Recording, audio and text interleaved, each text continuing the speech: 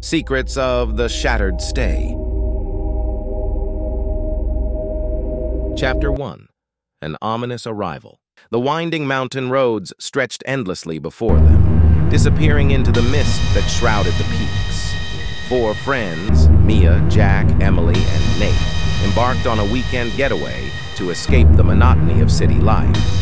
Their laughter filled the car as they navigated the twists and turns, anticipation building with each mile. As dusk began to settle, they stumbled upon an eerie sight, a dilapidated hotel perched precariously on the edge of a cliff. The once grand building loomed ominously, its faded facade and broken windows betraying the passage of time. Vines snaked their way up the crumbling walls, and the wind whispered through the empty corridors like the anguished cries of lost souls.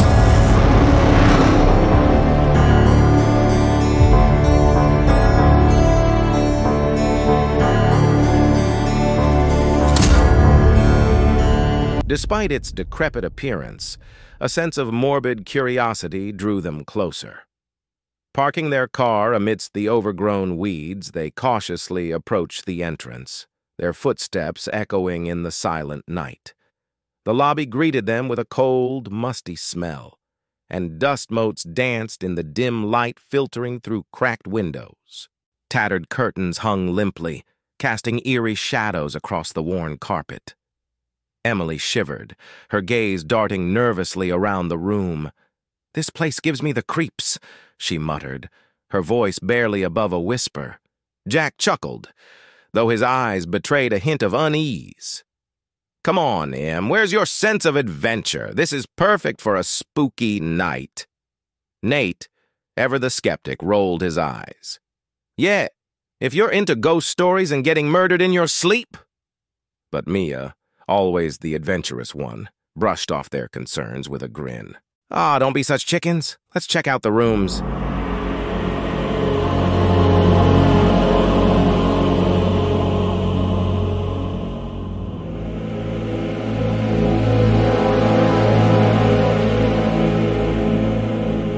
Reluctantly, they followed Mia up the creaking staircase, their footsteps echoing in the empty halls. Each room they passed seemed frozen in time, the faded wallpaper peeling from the walls and the furniture draped in cobwebs. The air grew heavier with each step, as if the very building itself was watching them with malicious intent. When they finally reached the top floor, they found themselves standing before a row of doors, each one seemingly more ominous than the last. Mia hesitated, her hand hovering over the nearest handle. "Should we stay the night?" she asked, uncertainty lacing her voice. Emily bit her lip, torn between curiosity and fear. "I don't know, Mia. This place gives me the creeps."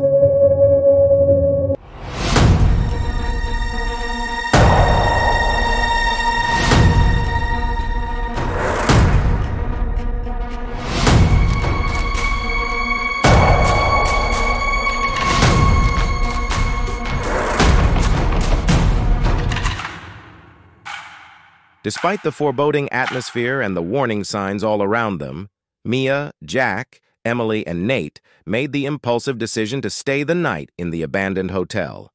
With a mixture of excitement and trepidation, they returned to the lobby, their nerves on edge as they approached the dark and desolate front desk.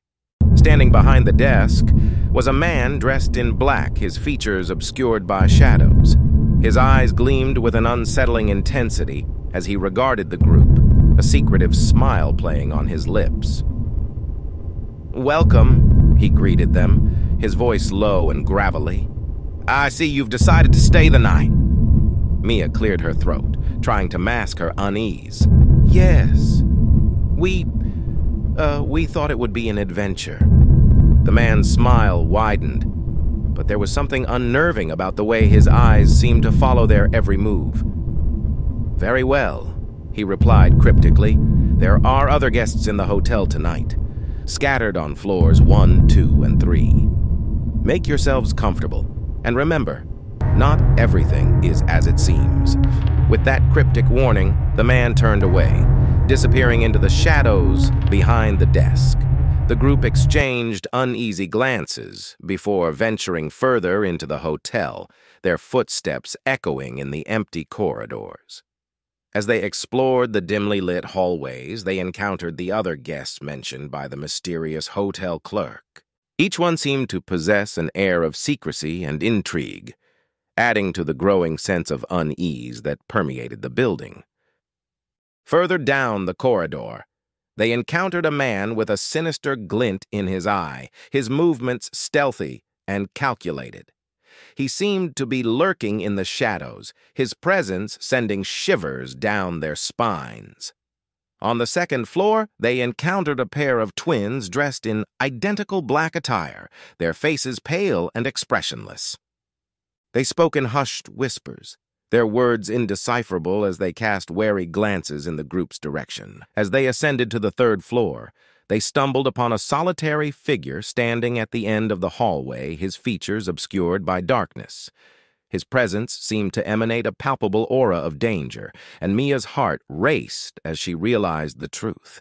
He was the one they had been warned about, the murderer on the loose. With their nerves on edge and their senses heightened, Mia, Jack, Emily, and Nate realized they had made a grave mistake in choosing to stay the night in the abandoned hotel.